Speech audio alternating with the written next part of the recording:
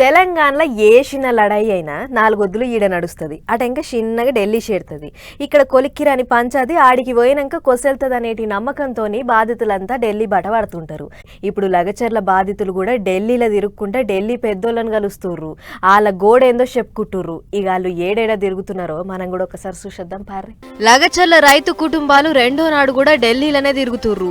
తొలుత నాడు మహిళా సంఘపోళ్లను, మానవ హక్కుల సంఘపోళ్లను, ఎస్సీ ఎస్టీ కమిషనోళ్లను కలిసి వినతి పత్రాలు ఇచ్చి గోడి చెప్పుకుంటే రెండో నాడు ఏకంగా రాష్ట్రపతినే కలిసేందుకు పోయిర్రు.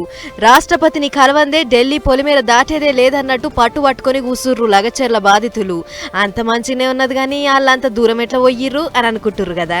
ఇంకే వాళ్ళు కార్ పార్టీ వాళ్ళే వాళ్ళను ఢిల్లీ దాకా పట్టుకుపోయింది. నిన్న ఢిల్లీలో తిప్పింది వాళ్ళే, ఢిల్లీ పెద్దోళ్లను కల్పించింది వాళ్ళే, వాళ్ళ గోడును ఢిల్లీ పెద్దోళ్లకు ఎరక చేసేటట్టు చేసింది వాళ్ళే.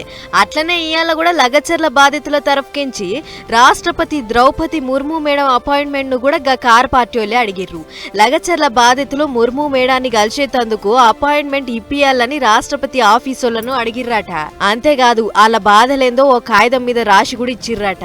అంటే ఇక ముర్ము మేడాన్ని కాల్చుడే ఆలస్యం ఉన్నదన్నట్టు రాష్ట్రపతిని కలిసేటి దాకా ఢిల్లీకెంచి కదిలేదే లేదంటుర్రు లగచర్ల రైతు కుటుంబాలోళ్ళు. రాష్ట్రపతి గారి సమయం కోసం కూడా మేము రిక్వెస్ట్ని పంపించడం జరిగింది.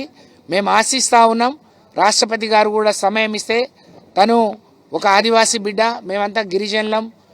మేము అనేక తరాలుగా మేము భూమిని నమ్ముకొని భూమి పుత్రులుగా అందులో వచ్చే కలో గంజి తాగి బతుకుతున్నాం. మాకు ఇవాళ భూమికి దూరం చేస్తున్నారు. మొన్నటి నుంచి వాళ్ళతో ఉన్నప్పటి నుంచి వాళ్ళ బాధలు, వాళ్ళ ఏడుపు, మరి వాళ్ళ ఆవేదన చూస్తూ ఉంటే మాకు కూడా కడుపు తరుక్కుపోతా ఉంది. కాబట్టి వాళ్ళకి అండగా నిలిచినాం. ఫార్మా కంపెనీ పెట్టేందుకు భూములు ఇయ్యమని గవర్నమెంట్ వాళ్ళు అడిగితే మా భూములు ఎందుకు ఇస్తామని మరలబడ్డారు. అట్లా భూములు ఇయ్యమన్నందుకే మా వాళ్ళు అరెస్టులు చేసిర్రు. మమ్మలను గోసలు పెడుతుర్రు. మీరే మాకు న్యాయం చేయాలని నిన్న కాల్చినోళ్లకు చెప్పుకుర్రు.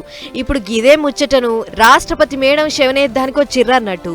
ఇట్లా వాళ్లకు అండగా మేమున్నాము అని అనుకుంటా రెండొద్దుల సంధి ఆళ్ళెంబడే ఉంటుర్రు కార్ పార్టీ లీడర్లు. కేటీఆర్ సార్ విలేకరుల మీటింగ్లు పెట్టుకుంటే సాపిస్తుంటే తతిమోళ్ళేమో గిరిజనులను ఎంబడేసుకొని వాళ్ళ కాడికి వీళ్ళ కాడికి తిప్పుతున్నారు. మరి చూడాలి ఈ లగచర్ల లడాయి ఎట్లొడుస్తుందో ఎన్నడొడుస్తుందో అనేటిదిగా.